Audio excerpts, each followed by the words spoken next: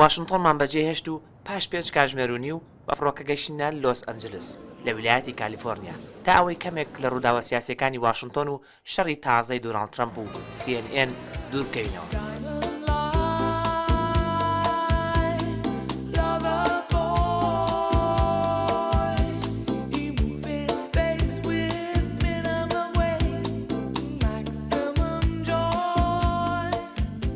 ئەمجارە باسی ڕووداوێکی هونەری جیهانی وەک ئۆسکار بکەین کە بە پڕبینەرترین بۆنەی هونەری لە دنیادا ئەژمارەکرێت.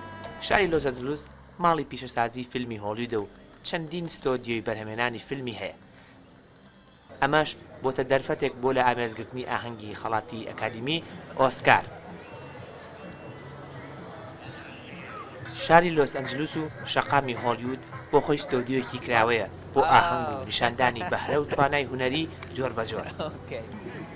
بەڵام هەوڵەکەی ئێمە بێفایدە بوو. وا بزانم هیچ شوێنێک نەماوەتەوە بێ کاریگەری سیاسەتەکانی واشنتن و لێدوانە سەیر و سەمەرەکانی دۆناڵد ترامپ. ئەم جارە ترامپ و کاریگەریەکانی لە شەقامی هۆلیوود لە نزیک ستەیجی ئۆسکار خۆی بینێتەوە. با دووبارە هۆلیوود مەزن بکەین، با دووبارە ئەمریکا مەزن بکەین. لێرە پشێویەکی زۆر هەیە و هەرێک لەوانەی کە حەزیان لە ترامپە یاخۆت حەزیان لێنین لێرە کۆبوونەتەوە. ئێستا ناکۆکیەکی گەورە هەیە، لێرەدا خەڵکانێکی زۆر هەن کە نایانەوێت سەیری ئۆسکار بکەن، بەڵام هەندێک خەڵکی زۆریش هەیە کە ئامادەن و دەچنە ناو هۆڵەکانەوە و سەیری ئۆسکار دەکەن. لەبەرەوەی هەندێک لە ئاکتەرەکان ئەوانەیان کە خەڵات دەبنەوە وشەی نەرێنی بەرامبەر بە سەرۆک ترامپ بەکارێنن. بەخێر بێ بۆ هۆلیوود، تۆ گەیشتوویت ئەمساڵ بە دڵنیاییەوە باش دەبێت. ئەمە دەربارەی فلیمە باشەکانە و باسی بەشداری سیاسی نییە. دەبینی خواردن و مناڵ و ئیتر هەموو کەسێک لێرەیە. ئەمە یەکە هیوای بۆ خوازم.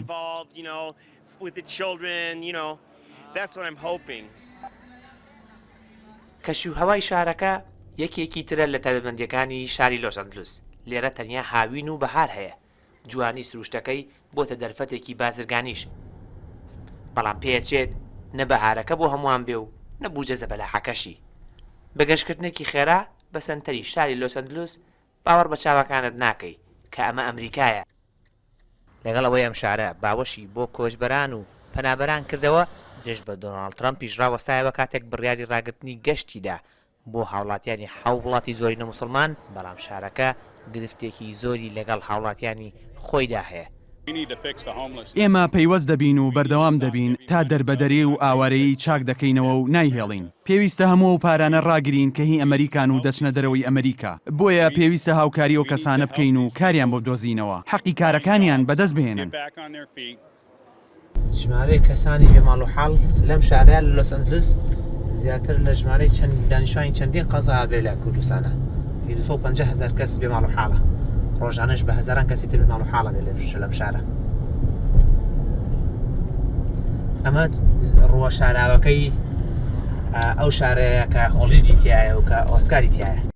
نازانمەوە بەختی منە کە سیاست هەموو جارێکە بێتە بابەتی سەرەکی گفتوگۆکانمان. تەنانەت لێرەش لە شاری لۆس ئەنجلس لە ناو هۆڵی ئۆسکاریش سیاست دەربازی نابێت لە زوومی کامەرەکان، بە تایبەتی لە دوای هاتنی ترامپ هیچ پنتێک شوێنێک ڕەنگە لە ئەمریکا نەما بێت بە دەربێت لە گفتوگۆ و بابەتی سیاسی و ململانەی سیاسی. لەگەڵەوەشدا ڕووداوی ئۆسکاری ئەمساڵ زۆر سەرنجڕاکێشترە بەهۆی پار بەهۆی بوونی فرەڕەنگیەکی زۆر لە ئەفلام و بوونی ئەکتەری جۆر بەجۆر. سەرکەوشەم سەدین، NRT، لۆس ئەنجلس، کالیفۆرنیا.